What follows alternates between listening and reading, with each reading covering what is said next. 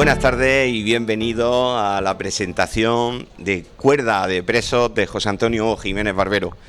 Mi nombre es Paco Rabadán, soy escritor, soy amigo de José Antonio Jiménez Barbero y he tenido la suerte, el honor y seguro que el placer de ser elegido para presentar pues su última novela, su novela más candente. Digo que seguro el placer porque no es la primera vez que presento a José Antonio Jiménez Barbero. Dicen que el hombre es el único animal que tropieza dos veces en la misma piedra. Y bueno, aquí tenéis una muestra clara de que, fíjate, con la cantidad de gente que podía elegir para presentar su estupenda novela, de la que ahora hablaremos, pues me ha elegido a mí. Agradecido, lo primero, igual que hago extensivo el agradecimiento a las personas que se han desplazado hasta aquí, este sábado por la tarde, para presenciar y acompañar y apoyar el trabajo de José Antonio Jiménez Barbero, así como a las personas que nos están viendo ahora mismo a través de streaming y que nos verán después en el vídeo. Ahora ya todo permanece, todo se queda ahí en ese ente que es Internet. Y bueno, aunque nos estén viendo en el año 2050, pues mandamos un saludo, que nosotros seremos ya prácticamente polvo. Bueno, José Antonio, un minuto, saluda. Bueno, pues buenas noches, tardes, noches a los presentes y a los que están viéndonos al otro lado. Y agradecerte a ti. Tú decías que el honor de presentarme, ya para mí el honor es mío en este caso. Tú eres escritor mucho más tiempo que yo y además fuiste una de las personas que me diste la bienvenida aquí, al mundo de la literatura. Para mí es un honor y además que eres todo un profesional en este tema. Estoy en buenas manos, estoy muy tranquilo esta tarde, gracias a ti. Así que muchísimas gracias. Bueno, y como no, también tenemos que agradecer a la organización de la Feria del Libro 2023 de Murcia, que nos ceda este espacio, que nos ceda toda la infraestructura para poder presentar tu novela. Aquí ahora mismo hay 83 casetas, para quien no lo sepa, en la Feria 2023 de la Feria de Murcia, y hay muchísimos escritores que traen novedades y sin embargo pues no hay espacio para todos. Entonces, pues un agradecimiento por parte de José Antonio y por parte mía por cedernos este espacio para poder presentar Cuerda de Presos. Y dicho esto, como no vamos a estar cruzándonos agradecimientos, porque esto sería una presentación aburridísima, ¿verdad? Venimos a hablar de lo que venimos a hablar del libro de José Antonio. Un libro que, si ustedes me lo permiten, y los pocos comentarios que voy a hacer al respecto, porque va a ser un formato de entrevista, aquí el interesante es el escritor, no el presentador. En mi opinión, es como si dijéramos una novela carcelaria, si se me permite ese adjetivo que me acabo de sacar de la manga. Me está diciendo el autor que sí, no. Existe ese término para describir este tipo de papillón, todo este tipo de novelas. Están los muros, tienen ya digamos que existe ya esa etiqueta, novela carcelaria. Novela carcelaria, se puede etiquetar, que al final es un subgénero, que no quiere decir que esté subordinado, sino que es un subgénero de la novela negra. Efectivamente. En verdad que sí, porque al final es la novela negra de estos grandes géneros, estos grandes grupos de géneros, pues tienen ramificaciones, ¿no? Por eso digo que no es un término, no es algo que esté subordinado al género negro, sino que es una de esas ramas que sale del grandísimo tronco que al final es el género negro, el género de novela negra. Bueno, pues partiendo de la base de que estamos frente a Cuerda de Presos, una novela carcelaria, la primera pregunta yo creo que prácticamente nos la estamos haciendo todos, ¿no? José Antonio, ¿has estado alguna vez en la cárcel? Pues mira, sí y no. Es decir, cuando escribí la novela no había pisado todavía una cárcel. Me tuve que documentar. Para ello tuve que acceder a blogs de propios presos que habían estado, ¿no? Y habían estado recientemente en la cárcel y que explicaban su experiencia. Me estudié el régimen penitenciario, hay que conocerlo muy bien para no equivocarte, no cometer ningún desliz. Y luego pues estuve viendo pues imágenes, vídeos, en fin, me tuve y preguntado, hice preguntas a gente que conocía el tema. Recientemente sí que estuve, me invitaron la prisión de Sangonera de aquí de Murcia. Te invitaron, el término deberías de subrayarlo. Me invitó un funcionario de prisiones, el jefe de hecho del funcionario de prisiones, que es precisamente quien lleva el club de lectura de la cárcel de Sangonera, de la prisión.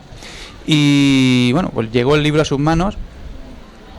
Le gustó, ¿no? La verdad es que tenía yo miedo cuando él me comentaron que lo había cogido, tenía un poco de miedo porque era la primera vez que era una novela sobre prisiones, la cogía alguien, la leía alguien que de verdad era un experto en prisiones. Y bueno, pues la verdad creo que ha pasado el filtro por los comentarios que él me hizo. Hemos hablado después, me invitó de hecho a la prisión, a otra presentación de otro autor. Y bueno, pues de hecho ha incluido el libro en el club de lectura y posiblemente, probablemente en las próximas semanas, meses, pues estemos por allí. Yo la verdad es que encantado, porque no conocía el interior de la prisión de primera mano como ahora. Eres de las pocas personas que dice encantado de haber estado en una prisión, No, probablemente eres consciente de eso. Sí, pero es que es un mundo que es muy diferente a lo que podemos pensar nosotros, ¿no? Ahora profundizaremos Sí. en eso, ¿eh? Primero vamos a arrancar el 2023. Es un año en el que has publicado 2 novelas y eso responde tiene un razonamiento que ahora es la pregunta que te voy a hacer. Sí. La otra novela que ha presentado este año José Antonio Jiménez Barbero es Diario de un maldito, que fue prácticamente en primavera, ¿verdad?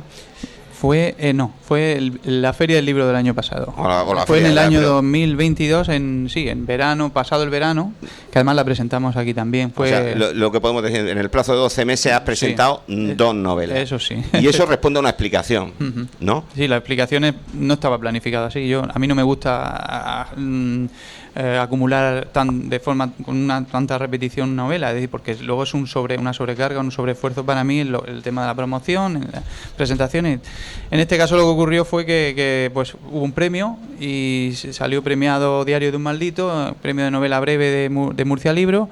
Y claro, una vez premiado hay que editarla. No estaba planificada la publicación de esa novela. A pesar de lo cual, pues estoy muy satisfecho, muy feliz, ¿no? De que, evidentemente, que esa novela saliera, ¿verdad? Era otra novela complicada, una novela muy dura. Bueno, quien la ha leído lo sabe. Entonces, el hecho de que fuera premiada, pues me permitió pues darla a conocer y también ha tenido muy buenos resultados. Y esta sí que digamos que estaba en camino, ¿no? Estaba ya más o menos pensada. Ha sido accidental como consecuencia del premio. Si alguno de ustedes no conoce todavía Diario de un maldito, también le invito a que la lean.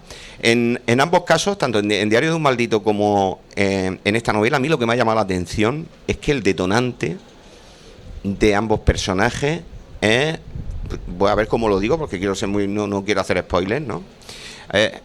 Es un daño a la familia. Es un daño a la familia. Sí. A todos nos preocupa, los que tenemos hijos, ¿no? Sí, la idea es esa, es preocupar al lector. Es decir, lo que busca todo escritor es un poco que el lector empatice o se identifique con los personajes, ¿no? Y a todos nosotros, pues lo que más nos preocupa, yo creo que, por lo menos hablo por mí, pero yo creo que hablo por todos, ¿no? Lo que más nos preocupa a cada uno de nosotros es, más que nosotros mismos, es nuestra familia, ¿no? Es lo que más nos duele. Entonces, el hecho de que digamos, en el foco, en el centro de la novela, de lo que inicia la trama, de lo que inicia toda la historia, esté un daño a nuestra familia, creo que ayuda al lector a identificarse con el personaje y a meterse dentro de la historia. Y es lo que yo buscaba. De hecho, hay incluso similitudes entre las familias que aparecen, no en este caso, pero en la anterior novela sí, esa familia con la mía propia. Y lo hice así de forma deliberada para yo mismo, digamos, tratar de introducirme en la historia, ¿no? De beberla y de esa manera poderla transmitir lo mejor posible. En este caso es distinto, pero también es una historia con la cual nos podríamos identificar cualquiera, creo. Diríamos que la pregunta sobre la que orbita el argumento que estamos diciendo ahora mismo sería ¿qué seríamos capaces de hacer por nuestro hijo? ¿Qué seríamos capaces? Aquí estamos viendo en la sala ya varios padres y seguro que entienden. Seríamos capaces de cualquier cosa por atroz y por a primera vista yo sí sería incapaz de esto, de lo otro, no. Por un hijo me parece a mí que ya se cruzan todas las fronteras y todas las líneas rojas.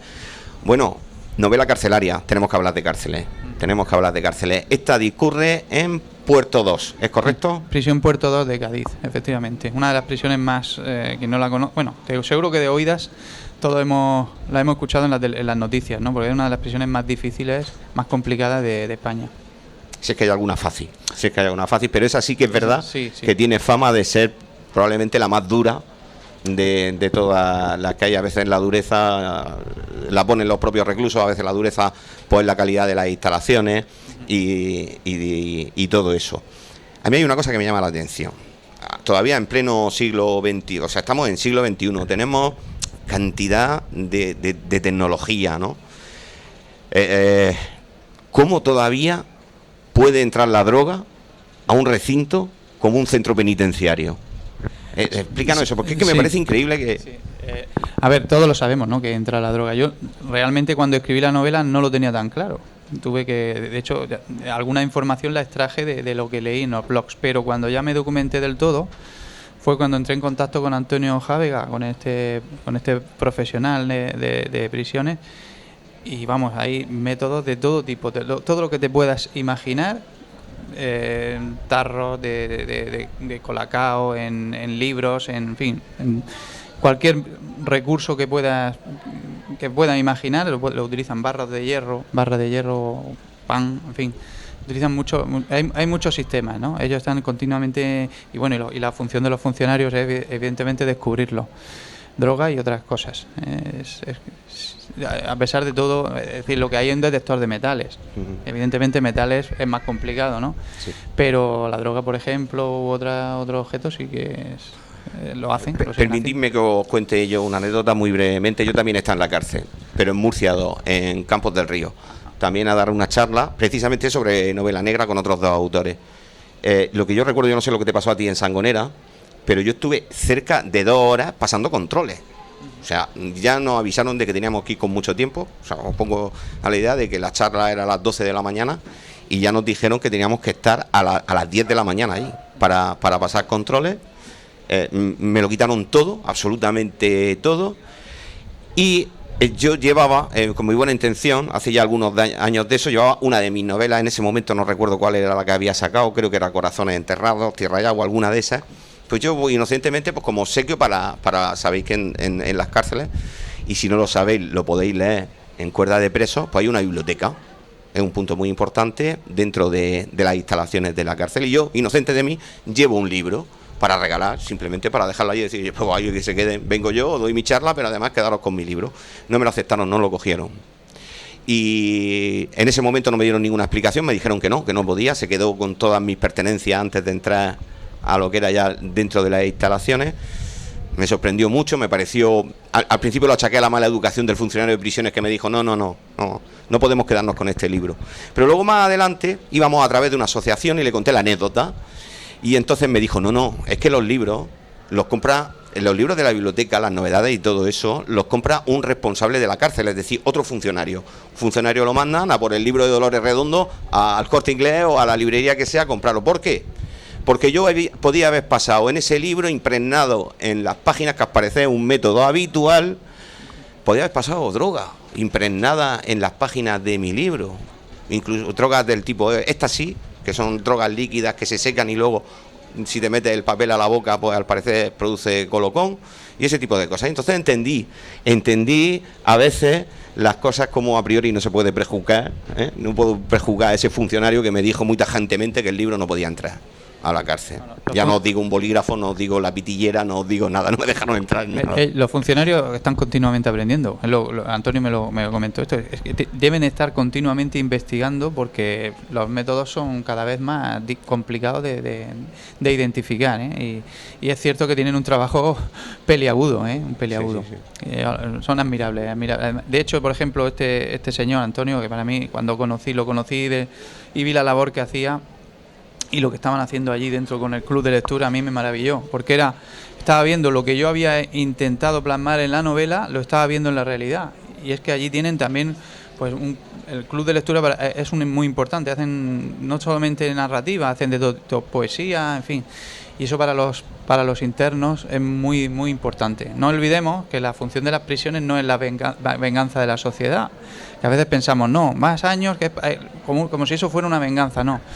No olvidemos que el espíritu de la ley que tenemos en España es que la prisión debe ser un proceso a través del cual la persona que ha cometido un delito deje de ser un delincuente y pueda reintegrarse en la sociedad como un elemento útil, ¿no? Y un elemento más, que no sea peligroso para la sociedad. Y ese es el objetivo. Y la lectura, desde luego, es la mejor herramienta, pienso yo, que para conseguirlo. Sí, y el trabajo tienen talleres, hacen manualidades, otro tipo de talleres emocionales cosas. Y también Sí, talleres jardinería. Yo recuerdo que mi primer contacto cuando yo entré a Campos del Río, una vez de que pasé esos controles y tal, y antes de ir a un auditorio que tienen allá además enorme, con una cantidad de 300, 400 personas, el primer contacto yo con un preso fue con un jardinero. Estaba haciendo labores de jardinería y entré y la verdad es que intimida un poco, es claustrofóbico. Yo no sé si tú viviste esa misma sensación. En el momento que terminas de pasar los controles son al final como... yo hablo de Campos del Río, de Murcia 2. Los controles son un poco como los de un aeropuerto. Tú entras a una sala y es como un aeropuerto, hay escáneres, hay aparatos, te pasan una pala, te vacían, te registran, una vez que te han registrado llega otro y te registra otra vez, y así sucesivamente durante 2 horas, durante 2 horas hasta que tienes acceso a un patio. Yo la primera sensación que cuando ya salí a lo que son las instalaciones verdaderamente penitenciarias fue una sensación de claustrofobia. Estamos sobre todo acostumbrados y nos gusta el deporte al aire libre y todo eso, lo tenemos que pasar muy mal. Bueno, tenemos claro que las drogas siguen entrando todavía a las cárceles gracias por esa creatividad humana que no cesa, y más cuando es algo que de forma imperiosa pues tenemos esa necesidad, o tiene esa necesidad los adictos de tomar esas drogas. Pero es que también, o sea, hay mafias y dentro de esas mafias se forman grupos. A mí me sorprende en esta novela cómo nos cuenta. Allí hay, como si dijéramos, 2 líderes en la cárcel, que cada líder al final forma un grupo. Cuéntanos un poco de eso, pero sin destripar mucho de la novela. Sí. Bueno, por lo que yo he conocido, lo que he leído, en las cárceles se organizan por grupos, y esos grupos son personas que tienen similitudes, es decir, personas que entre ellas, ¿no? Por ejemplo, por razas. Por razas el primero sería, si pusiéramos el primero de la lista, sí, sería... por ejemplo, se suelen organizar, ¿no? Cuando ya no hablo de presos preventivos que están poquito tiempo, sino los presos de larga duración, como en la novela. Pues, por ejemplo, las personas de determinada religión o determinada etnia suelen estar más bien organizados juntos, y estos grupos suelen tener personas, ¿no?, más importantes, ¿no? Si hablamos, por ejemplo, en el caso de la novela En cuerda de presos, que transcurre en Puerto 2, que es donde la mayor parte de la población penitenciaria es narcotráfico, proviene del narcotráfico, pues te puedes imaginar, ¿no?, que allí suelen ser pues las propias familias de la droga, de los que están allí, que coinciden, pues tienen los mismos líderes, los mismos jefes que estaban fuera, pues suelen ser los que allí, ¿no?, digamos, pues tienen una posición de poder, de privilegio, ¿no? Y se organizan de esa manera porque se sienten una manera de sentirse más seguros, ¿no? Luego, pues claro, evidentemente hay gente que no pues debe haber, ¿no?, gente que no coincide con ninguno de ellos, que va más por su cuenta, pero al fin y al cabo es más seguro quizá vivir dentro de una prisión, vivir con o tener gente cercana que te pueda apoyar, ¿no? Y entonces es lógico y es normal, ¿no? ¿Tú nos recomiendas que en el caso de que alguna vez entremos que no estamos libres ninguno, y yo el primero, tú nos recomiendas que al final te tienes que hacer de algún grupo, ¿no?, como método de supervivencia? O por lo menos no estar completamente solo, porque las personas, las que viven solos o que están apartados, pues suelen tener más riesgo, son más vulnerables, ¿no? A lo mejor, bueno, puede ocurrir el caso de alguien muy carismático o muy fuerte o muy, ¿no?, y que pueda permitirse estar solo, ¿no? Pero lo normal es que siempre estén juntos las personas que forman parte de distintas filias similares, y como digo, por ejemplo, por religión, los musulmanes suelen estar entre ellos. Si hay grupo de latinos, pues suelen también estar juntos. Gitanos también suelen organizarse entre ellos, en fin, suelen funcionar de esa forma, la manera también más, como también ellos se sienten más cómodos y más seguros, ¿no? Ya tenemos el primer tip, ya tenemos el primer consejo. Si alguna vez vamos a la cárcel, vamos a hacer amigos. Tenemos que hacer amigos. No tiene. La idea central de la novela es esa que tú estás comentando, es decir, que todos, cada uno de nosotros está siempre en el riesgo o tiene la posibilidad de entrar en la cárcel. Es decir, nadie puede decir en ningún momento que yo nunca voy a estar en la cárcel. Puede decir, yo no voy a ser un delincuente, eso sí lo podemos decir, yo no voy a cometer delitos, pero puede en algún momento dado entrar en la cárcel por un accidente de tráfico, una mala noche, y hay gente que entra en la cárcel simplemente porque ha tenido un accidente y ha habido muertos y va a la cárcel, ¿no? O bien, como en el caso de la novela, a lo mejor te ponen en una situación tan extrema que te lleva a cometer un delito que tú nunca habías imaginado cometer. Y eso también, yo creo que cada uno de nosotros tiene un punto de tensión, que si te parte en ese punto de tensión puedes llegar a traspasar ese límite, ¿no?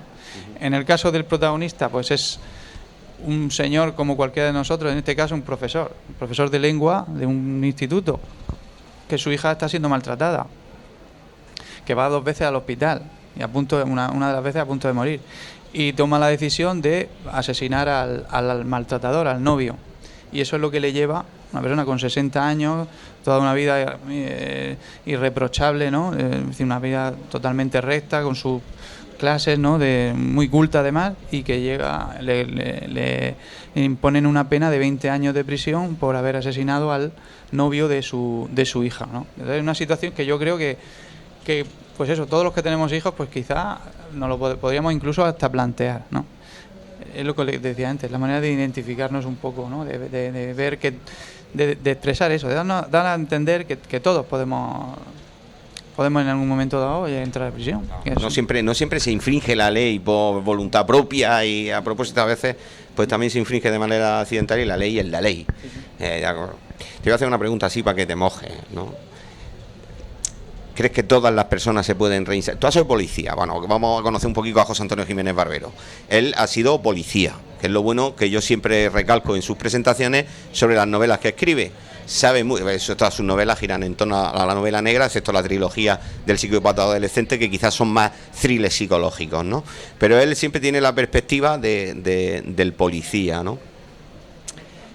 ¿Crees de verdad que todo el mundo se puede, el sistema de reinserción, ¿no? Porque además es que los centros penitenciarios creo que tienen una especie de nombre eufemístico, no son cárceles, no es cárcel Murcia, no sé qué, ¿no? Es centro de internamiento penitenciario o algo así, ¿no? O sea, vamos buscando un poco de eufemismos como para suavizar, de alguna forma, desde el aspecto social, vamos a suavizar lo que es la cárcel. La cárcel, para los profanos como yo, ha hecho algo malo, tío, tía, tienes que pagarlo. De alguna forma tú te has salido de las normas de la sociedad y tienes que pagarlo. Si tú has matado a una persona, tú tienes que pagar un precio, ¿no? Porque yo soy así de simple y así lo pienso yo. Pero la verdad, y como muy bien ha apuntado José Antonio al principio, o sea, nuestro sistema legal, nuestro sistema penitenciario y todo lo que ello acarrea está enfocado a la reinserción. Es decir, no, lo que pretendemos no es que tú has matado a alguien y ahora la sociedad se venga porque te has salido de las normas, ¿no? Sería, queremos que te arrepientas de lo que has hecho, de que ni se te ocurra volver a hacerlo, y de alguna forma de que a esa familia que le has quitado a ese miembro pague el castigo, porque también tenemos que ver la otra parte, ¿de acuerdo? O sea, tenemos reparación del daño, que eso también está incluido, está contemplado a través de la responsabilidad civil, las indemnizaciones y todo eso, reparación del daño. Pero lo que es la privación de libertad no es una venganza ni un castigo, es un tiempo, es una medida que se toma primero para apartar un elemento peligroso de la sociedad mientras sea peligroso. Y entonces está calculado unos tiempos de años que es el necesario para que tú puedas reinsertarte en la sociedad. Esa es la idea fundamental, ¿no? de la legislación española y de cualquier Estado de Derecho. Pero eso sí, claro, estoy hablando de la frialdad de alguien que no... Es decir, si a mí me hubiera... a cualquiera que nos pueda afectar, ¿no? Un asesinato, una violación, un crimen de este tipo, lo que queremos siempre es que esté el máximo número de años, y yo probablemente también. Pero la idea es esa. La idea no es vengarse, sino alguien que es dañino o peligroso para la sociedad, tenerlo apartado hasta que deje de serlo. Claro, tú me preguntas, ¿todos pueden reinsertarse? Pues, a ver, aquí la verdad es que es una pregunta polémica, porque... Te la voy a responder yo lo que pienso, para que veas que yo también me mojo. Yo creo que hay ciertos aspectos, ciertas personas que no. Creo que no. Sí, lo que pasa es que... Y lo demuestran. Sí además. O no, es decir, son términos muy tajantes, ¿no? Es decir, a ver, es cierto, por ejemplo, hay personas que tienen algún tipo de trastorno de personalidad. Un trastorno de personalidad no significa que esté enfermo mental, es decir, no significa que no sabe lo que hace, sino es alguien que tiene una forma de entender la vida, una personalidad tan rígida que entiende la vida desde un punto de vista distinto, digamos, a lo normal, ¿no? Y esto hace que actúe de forma diferente, que a lo mejor puede resultar perjudicial. Por ejemplo, los psicópatas, ¿no? El trastorno antisocial de personalidad, los psicópatas carecen de empatía, carecen de sentimiento de culpa, muchas veces son impulsivos, personas egocéntricas, narcisistas, en fin, personas que no tienen el sentimiento que podemos tener casi todos de sentir culpa cuando cometemos se comete una injusticia delante de nosotros o cometemos una injusticia. Para ellos eso no existe. Entonces, claro, estas personas, la personalidad no se la vamos a cambiar. Una persona que tiene una personalidad psicópata, trastorno antisocial de personalidad, va a serlo toda su vida. ¿Podemos conseguir que un psicópata no cometa delitos. De hecho, hay psicópatas que están en la sociedad y no cometen delitos. No todos los psicópatas son delincuentes ni asesinos, igual que no todos los asesinos son psicópatas, ¿no? Yo creo que eso más o menos lo... Pero hay algunos que sí, y hay unos psicópatas que sí que son asesinos y son delincuentes, ¿no? De hecho, el mayor número de los asesinos normalmente suelen tener rasgos altos de psicopatía, ¿no? Eso no se puede curar, pero sí que se puede conseguir hacerle, digamos, cambiar su forma de relacionarse, de enfocar esa forma de entender el mundo de manera que no transgredan la ley. Claro, ellos una persona que es un psicópata, un trastorno antisocial de personalidad que carece de empatía, es decir, no es capaz de ponerse en el lugar de los demás, no de ponerse en los zapatos de los demás, no es capaz de entender el sufrimiento de ajeno, con lo cual tú no le puedes cambiar esos valores, pero sí puedes un poco que sea capaz de modular esa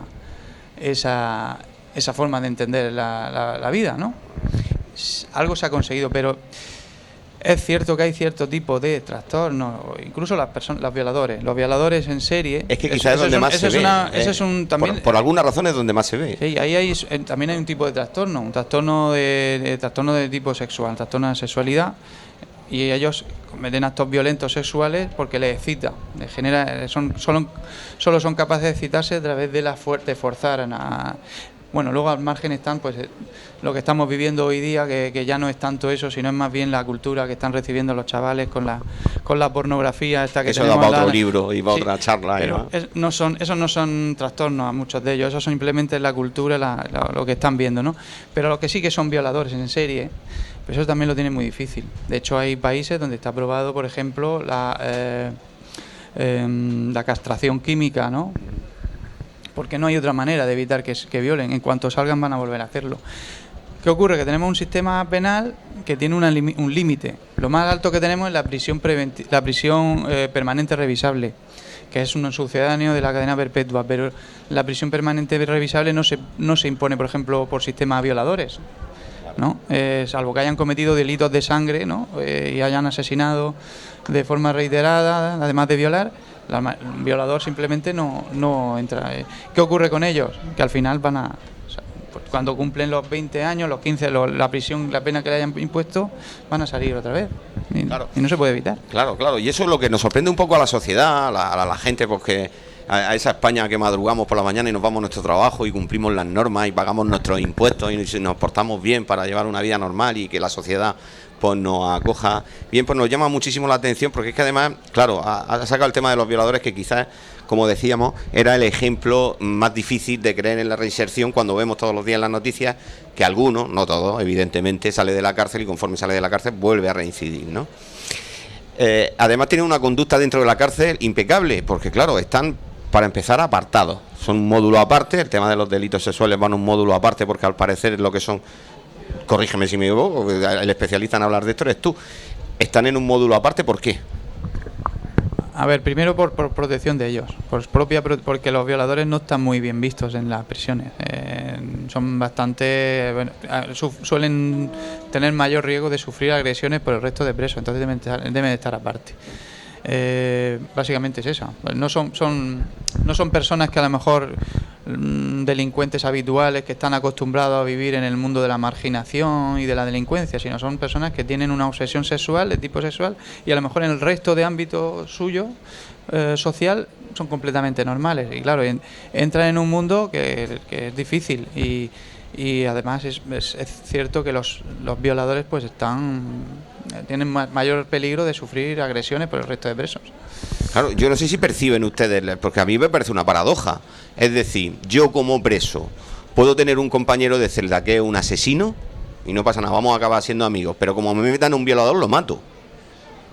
¿No les parece un poco paradoja? Ahora abriremos un turno de preguntas, porque veo por ahí a lo mejor alguien quiere comentar alguna cosa, circunstancia que nos encanta, hacer alguna pregunta o hacer alguna alusión. 5 minuticos más de entrevista y pasamos ya al término. Solamente me llama ese dato la atención, de que los presos entre sí pues cometen delitos muy graves y entre ellos no hay ningún problema, pero los delitos de carácter sexual de verdad no se perdonan, y por eso están en un módulo aparte, como creo que también están los los que han pertenecido a los cuerpos y fuerzas de seguridad del Estado también los ponen aparte, pero eso sí tiene cierta lógica. No puedes meter a una persona que ha estado metiendo gente a la cárcel, cuando lo metes a la cárcel, sí, o sea, iba a durar 24 horas y quizás mucho. Háblanos, cuéntanos el proceso para quien no lo sepa. Yo me acaban de condenar, el juez ha dictado mi sentencia y Paco Rabadán va a la cárcel. ¿Cuál es el proceso hasta que yo llego a mi celda la primera noche? Cuéntalo un poco. El protocolo, yo no soy el principal experto. Aquí si estuviera Antonio sería pero genial. Sé que te has documentado muy bien. Sí, eso es cierto, lo he intentado, pero el protocolo que yo conozco a lo mejor no es el mismo que se utiliza en todas las prisiones. Por ejemplo, a ver, el primer día lo que se hace es se hace un examen psicológico, un examen médico. Perdona, ya sé que soy periodista, sí, de formación profesional. Voy voluntariamente, me lleva esposado la policía. ¿Cuál es la diferencia? A ver, depende del tipo de prisión. Si es una prisión preventiva, mientras se está investigando, pues probablemente vaya esposado, pero muchas veces se ingresan voluntariamente. Ya han dictado la sí, condena. Y cuando dictan la condena normalmente no vas inmediatamente a prisión, salvo que estés en prisión preventiva. Si no estás en prisión preventiva, se dispone un plazo para que tú ingreses en prisión. Y lo normal, bueno, esto lo hemos visto hace poquito con los políticos, ¿no? Que no tienen un trato, bueno, o no deberían tener un trato distinto al resto en realidad, pero es así, ¿no? Se dicta un plazo para que tú ingreses en prisión. Llega el día, llega la hora y yo me tengo que presentar, ¿no? Salvo que seas un delincuente que haya cometido delito de sangre, ¿no? Seas un preso peligroso, ¿no? Que se considere muy peligroso, en cuyo caso lo más probable es que esté en prisión preventiva. Estoy yo ya en la cárcel, ha sido de la cárcel al juicio y del juicio a la cárcel de nuevo.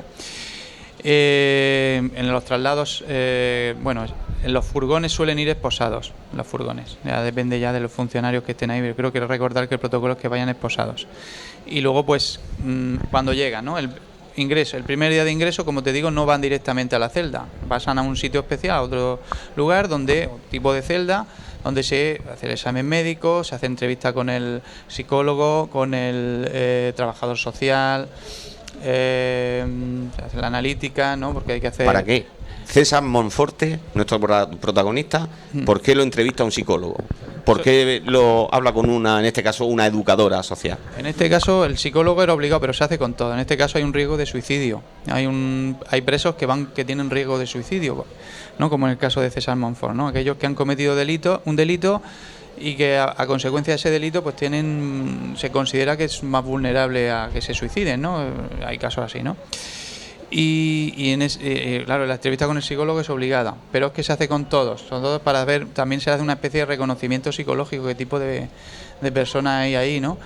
El trabajador social también, pues orientarlo un poquito en la prisión, en lo que va a ser la vida carcelaria, ¿no? Efectivamente. La rutina, ahora hablaremos de ella. Pero bueno, y por supuesto el funcionario de prisiones, ¿no? Que hace el escrutinio, ¿no? del personal, a ver si lleva algo, ¿no? Eso es cierto, vamos a desmontar mitos y a ver, en la novela parece que se hace un examen corporal íntegro, es decir, se desnuda al interno.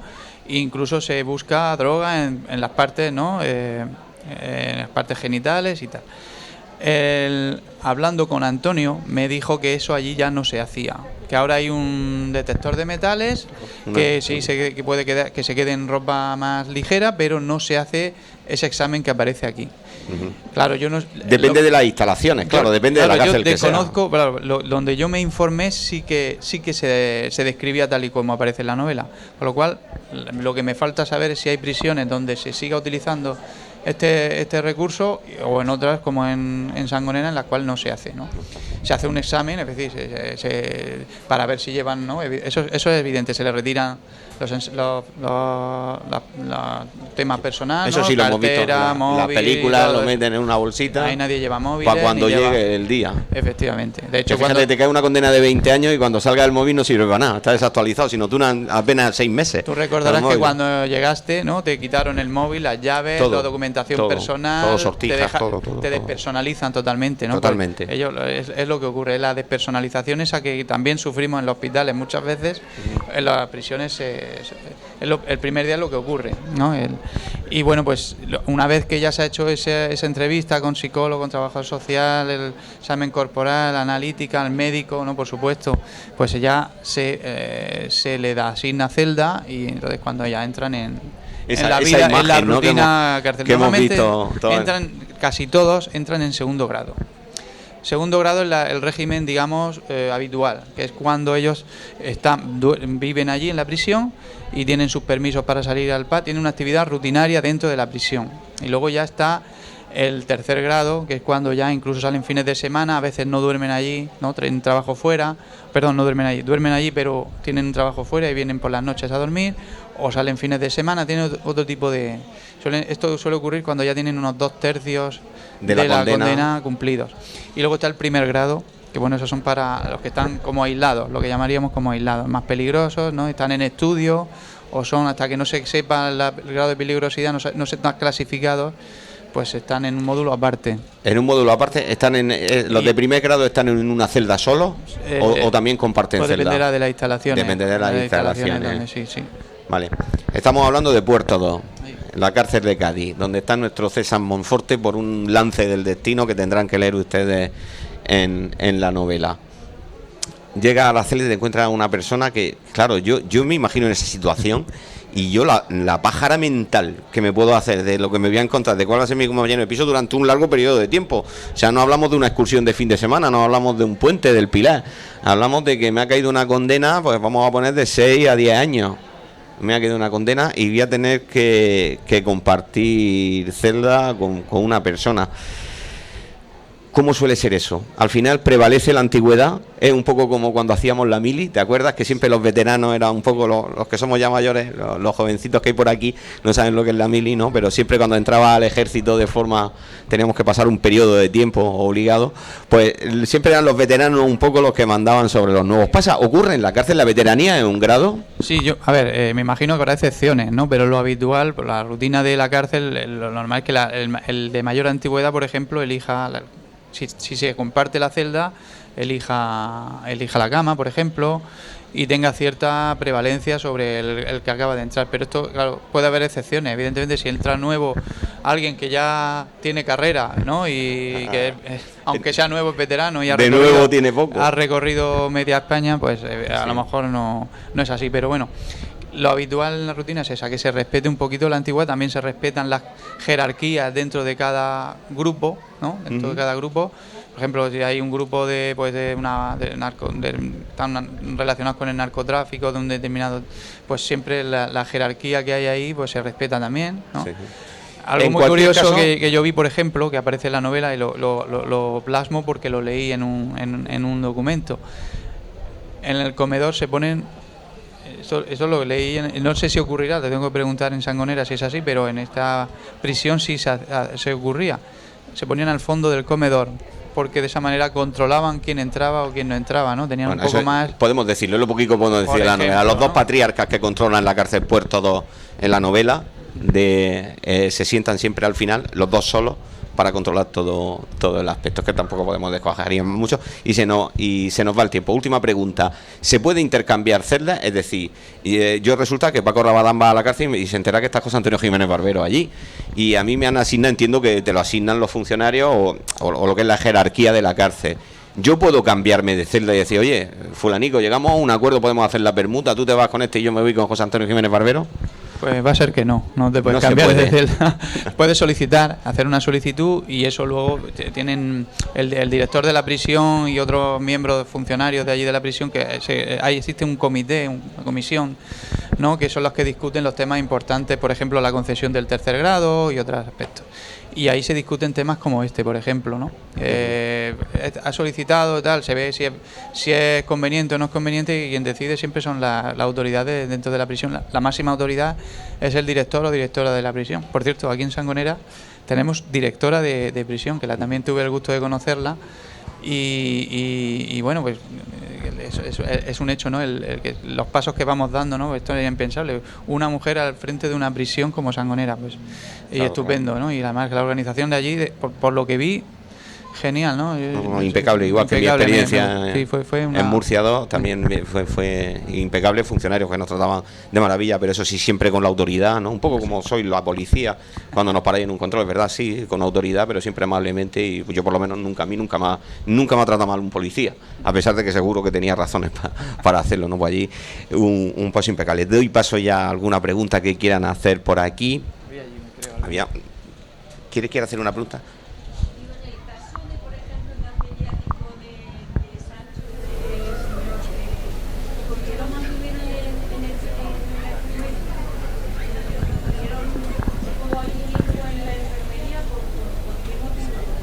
Bueno, yo el caso lo sigo, no lo he seguido mucho, lo he seguido por lo que dicen los medios de comunicación. Si te llevan a enfermería y te mantienen ahí es porque debe haber alguna razón médica.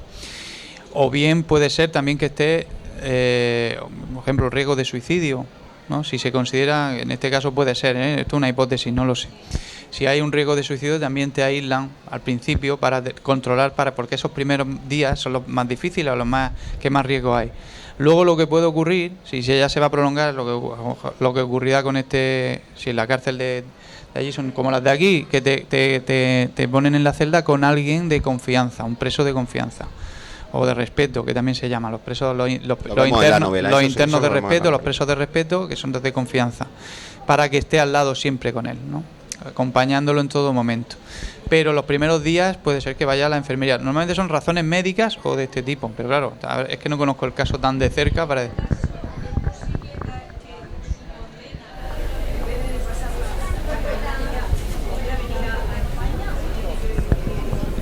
Sí, bueno, eso sí lo vi. Hay una posibilidad, pero tiene que estar primero tienen que solicitarlo, ¿no? Y además tiene que cumplir parte de la condena de cumplirla allí. Y luego ya que lo autoricen en las negociaciones que haya entre países.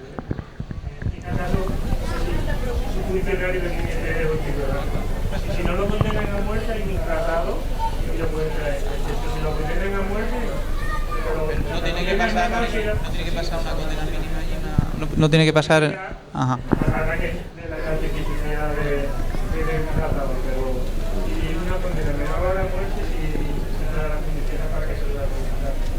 Yo lo que sí quiero aclarar ya dentro de le doy paso enseguida a la pregunta, el tema de la extradición. No confundamos la palabra extradición. Extradición es, corríjanme ustedes si me equivoco, pero yo he cometido un delito en Estados Unidos y me vengo a España.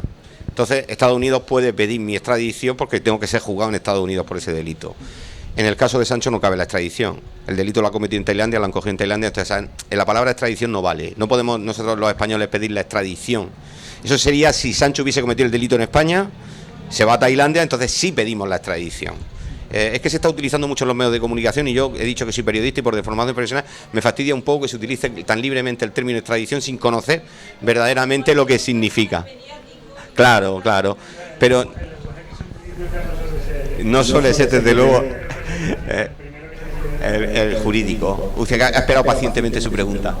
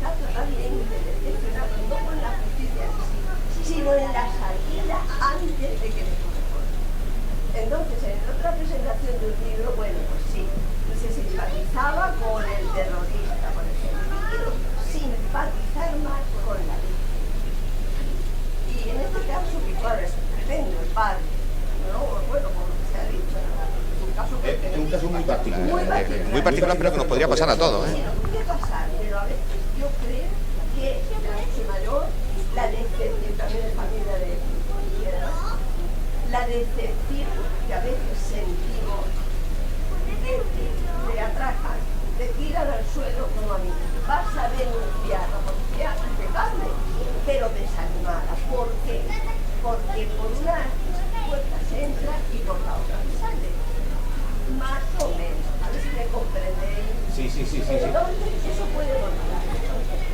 indemnización del preso, claro que me gustaría, por supuesto, pero me gustaría mucho más, lo que se ha citado aquí de la monogamia, las medidas antes de que se pierda el ser humano. No sé si me he explicado. Sí, La prevención, perfectamente. antes que sí. Resumiendo la cosa que vosotros en el caso la que me dicen, pues es esto, la sensación de que no me gusta la verdad. El otro día conocí a un yo creo, era de Carlos Martín, me parece, ya me parece, bueno, la que sea. La tercera era así.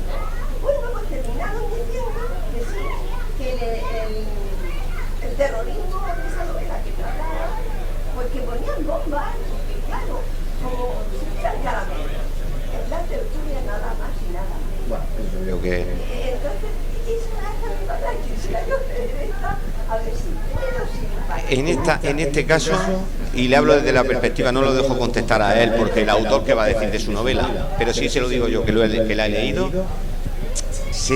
No sé si el término simpatizar con él sería el correcto, pero sí insisto y subrayo el hecho de que yo podría ser César Monforte, que es como se llama el protagonista de esta novela. Yo podría ser ese César Monforte. Y veo aquí padres, y veo padres aquí sentados, y podríamos César Monforte, que esa es la habilidad que tiene siempre en sus novelas José Antonio Jiménez Barbero, de que nunca lo blanco es blanco, nunca lo negro es negro, y nunca... Yo fui policía, bueno, todavía tengo el número allí, creo, ¿no? Es que hay un compañero allí. Yo fui policía durante casi 9 años en Molina de Segura, sí. Ahora, luego, bueno, también soy enfermero, estuve trabajando también otros 9 años y ahora estoy en la universidad. Pero tengo las tres ahí, guardando. Y sí. Eso sí que es un cambio sí, extraño, sí, un cambio extraño. Eso seguro que es por vocación, porque nadie se deja...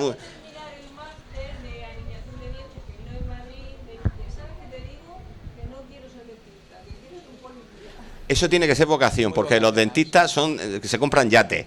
O sea, gracias a nuestras... O sea, eso es vocación. Tu hija tiene... Y te voy a tutear porque mejor, tiene vocación de policía seguro. Tenemos que ir terminando. Estamos en directo, estamos grabándonos y tenemos que ir terminando. Seguro que tenéis muchísimas más preguntas. Lo siento, ha sido culpa mía. Soy el coordinador, el moderador. Y solo quiero pues que nos digas dónde está la novela, en qué caseta se encuentra. Tú vas a estar allí ahora por si alguien quiere que se la dedique. Si traéis alguna, amablemente, José Antonio Jiménez Barbero os la va a firmar y tiene exactamente 30 segundos para despedir. Pues nada, muchas gracias a todos los presentes. Sois muchos más de los que esperaba. Él lo sabe. El libro, bueno, lo tenéis en cualquier librería. Aquí en la Feria del Libro, si a alguien le está interesado, le recomiendo que lo compre aquí porque le van a hacer un descuento interesante, que en las librerías no. Y está en la caseta 18-19 de Okusou. Está un poquito para atrás. Hay que ir a andar un poquito. ¿Enfrente de donde están los bares? Sí, enfrente de los bares. Podéis tomaros la cerveza. Y nada, yo sí, ahora me pasaré porque tengo que hablar con yo no voy a estar. La feria sí, la feria no se cierra. La feria cierra mañana a las 3 de la tarde, pero el calendario que tenemos los autores, cada uno tenemos nuestro calendario particular y él, pues no. Él lo tenéis ahora. Si él va a ir ahora a la caseta, si de verdad queréis el libro, merece la pena, hay un 10% de descuento y que os lo firma ahora, porque yo creo que ya no vuelves. Tú mañana no tienes firma. No, en principio no, yo ya termino hoy aquí, ya bastante. Y nada, pues muchas gracias. Pues nada, por mi parte, un aplauso. Gracias a los compañeros de realización que han tenido la paciencia de dejar que me pase casi 4 minutos en la presentación. Muchísimas gracias a todos vosotros y perdonad todas las torpezas que haya tenido en esta presentación. Ha sido un placer teneros aquí y 2 amigos que tenéis escritores para siempre. Gracias.